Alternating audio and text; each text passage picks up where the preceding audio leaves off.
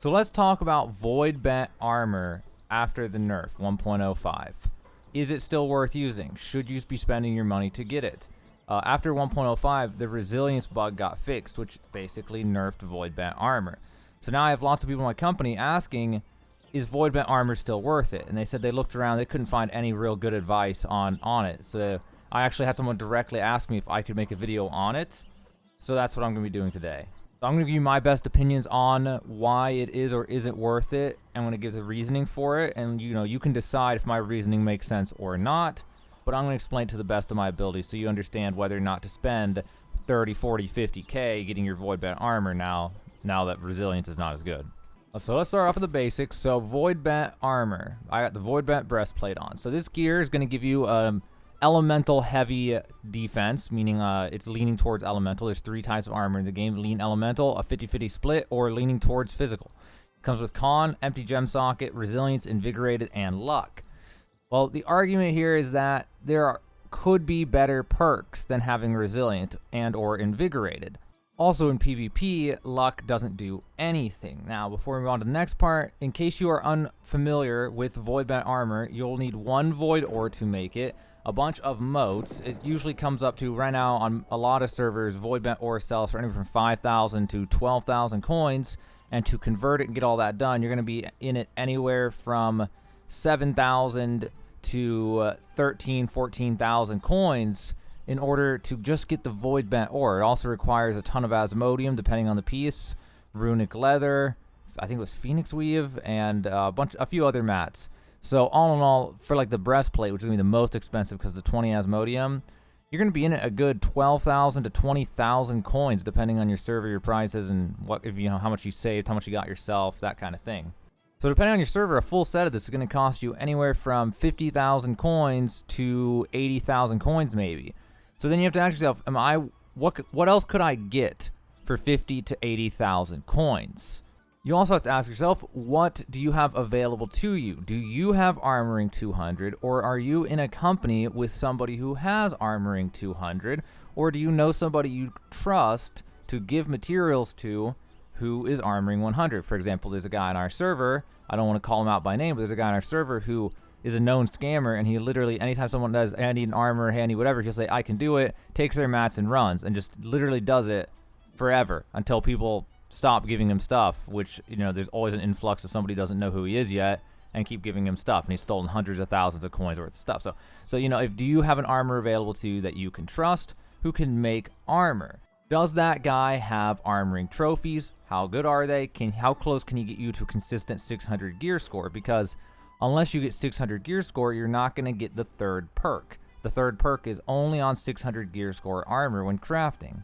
Now, assuming you have the god tier armor guy who consistently can bang out 600 only armor, even then, you have to ask yourself then, what are the materials? So, say making the equivalent of voidbent for armor would be the fur-lined orichalcum set.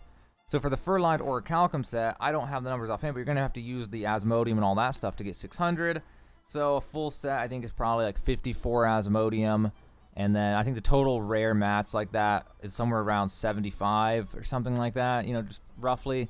So 75, it depends on what you're paying for them. If you're making them yourself and you're taking your time, then you're going to pay maybe 100 to 200 coins per item, like asmodium, which means for each full set that you craft, you're going to pay 7,000 coins roughly, all the way to 15,000 coins to bang out a full set: head, chest, gloves, pants, boots.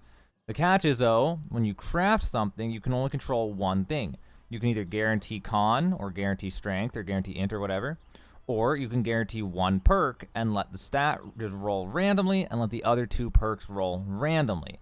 So it could take a lot of attempts to get something that you actually want. So that would be the catch with that. So then, say voidbent costs you on your server 60,000 coins. Well, you can either get a voidbent armor set. This is assuming the best case scenario with an armorer who can just bang out 600 every time.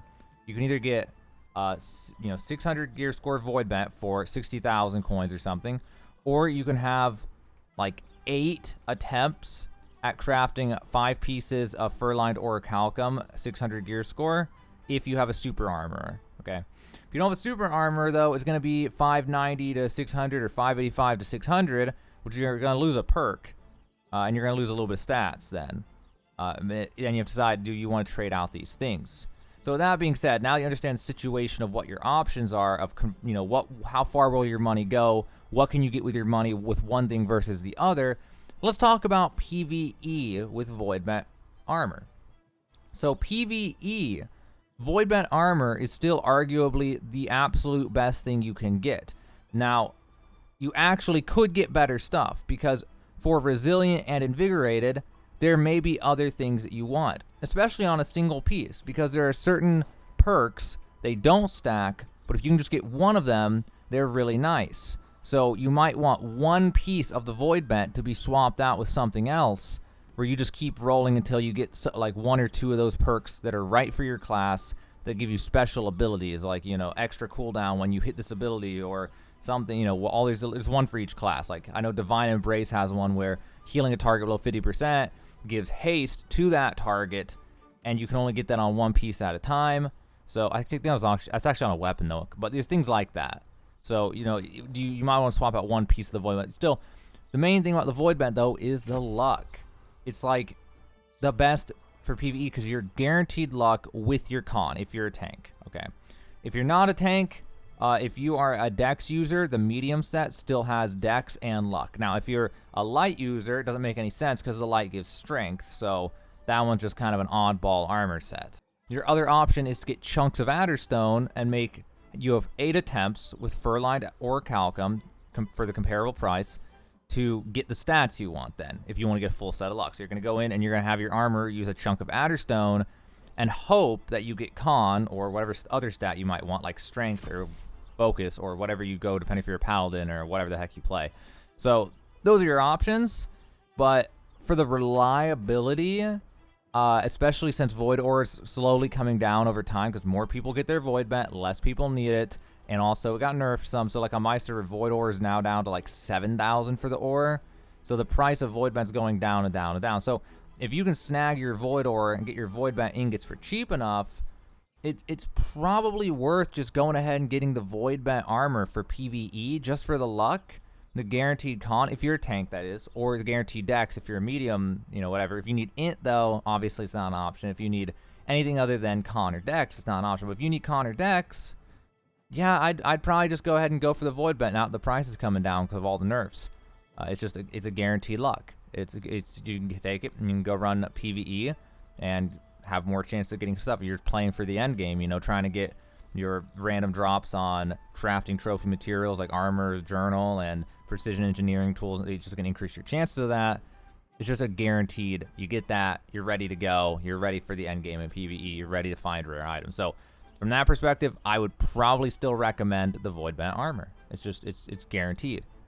I mean, like I said, you can roll, but you might end up going 15, 20 rolls, spending 3 times the amount of the Voidbent armor before you get a set that's even comparable if you're unlucky. And do you want to roll a dice? I mean, if you're a gambler and you like luck, if you think I'm the luckiest person ever, then yeah, maybe just go for the fur-lined orichalcum rolls and try to get something amazing. But otherwise, I just go Voidbent for the luck, honestly. So let's talk about PvP then. So is Voidbent still OP and good in PvP? Well, sort of. So right now, thanks to the nerfs to resilience and the fixing of the mage abilities, mages are now pretty good in wars. From my experience, they're really, really good actually. And now the only way to really win a war against a bunch of mages is to have an actual strategy. And even then, it's tough. Whereas before, you could just take a bunch of melee guys in Voidbent armor and just hold W key and left click and just run them over. And you didn't need a strategy or anything. You just needed to go in and just slay out and win. And it was that easy. So since mages are kind of an issue, Voidbent's not bad, really. And the critical hits, right when I made this video at least, it was bugged because it stacked with 150 health or whatever it was that reduces damage or whatever. And it made some kind of effect where crits actually do less damage to you when you have Voidbent on. They do less damage than normal hits. So it's not the worst perk, given the situation of it being kind of broken right now, the way it works. And invigorated, it's not bad. It's not that great, really. Weakened, disease, exhaust, and rend, not that important compared to a stun or something, or a slow. But it's okay. The luck's obviously useless, but it's a reasonable set. So if you can get it cheap enough, and you end up getting it for like 50,000 coins, you can pay that 50,000 coins and be guaranteed a set that has resilient.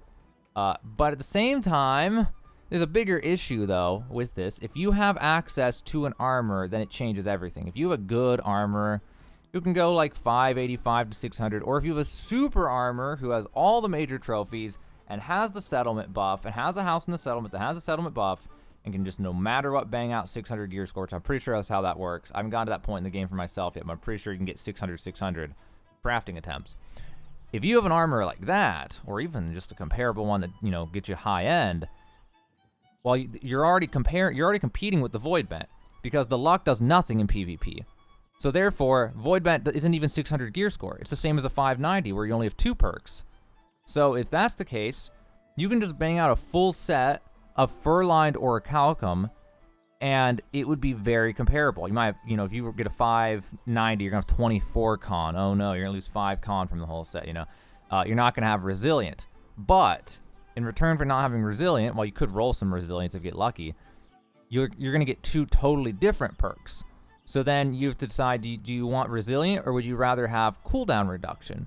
Or would you rather have that thing where when you hit 5 times, it reduces your cooldowns? You know, do you want a bunch of those? I don't know if they stack or not, actually. And a lot of perks in the game are broken right now, but do you want one of those? Honestly, if you are on a budget and you know an armor, I'd say screw the voidbent armor. Just go ahead and get fur-lined orichalcum.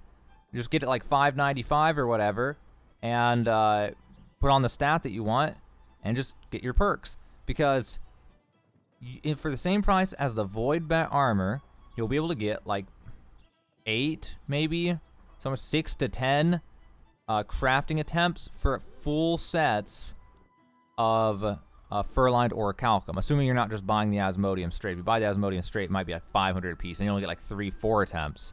But even at 3 to 4 attempts, you have 3 to 4 attempts at full sets to get the perks you want. And you can even skimp. You could take a chest piece that's just whatever. It comes out just gives with, you know, buffs, fireballs, and things. And you're like, oh, this sucks.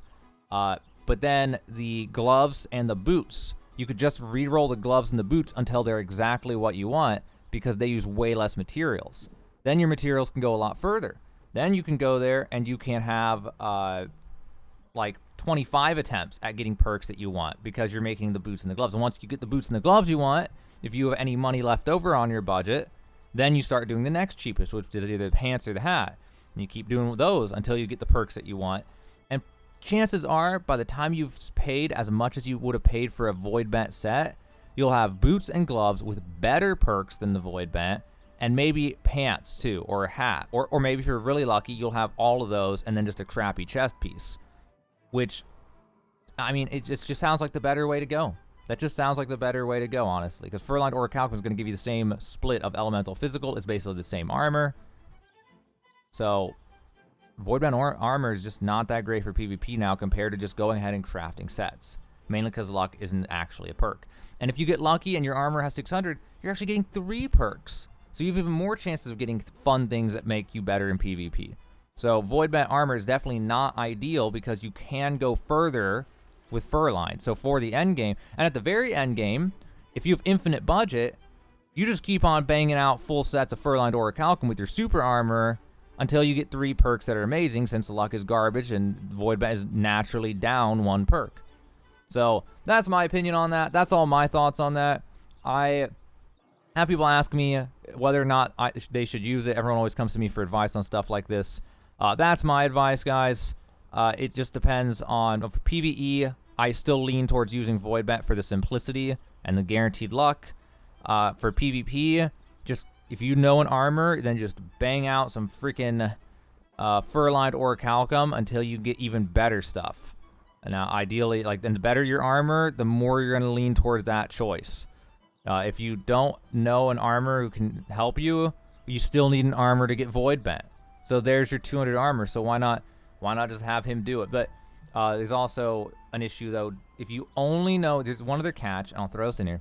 If you only know an armor who's 200 armoring, but he has no armoring clothes, he has no armoring trophies, then go for the voidbent, because he can still make you voidbent 600, but then his rolls for Furlined Orichalcum are going to be like, even with Asmodeum and stuff, are going to be like 570 to 585 or something like that. So don't even bother with it then. So if you know an armor who has a full set of armoring gear, then and ideally at least 3 basic trophies at least, which is pretty reasonable to get as an armor. Like I have that, and I know a lot of armors who do. If you have access to that, then go for Furlined Orichalcum. If you only know an armor who has nothing and he's just a poor man armor, then voidbent armor is at least guaranteed to get you 600, and I don't know. That's why for the extra raw just defense armor rating, because once you go down to, like, if you get like 570 rolls, you're gonna lose a lot on that armor rating, and is that really worth it then? Like, I don't know. So that's my opinion on that. Hopefully it helps you guys decide on whether or not to use voidbent on 1.05. If things change drastically on another patch, I may revisit the voidbent and we'll talk about it again.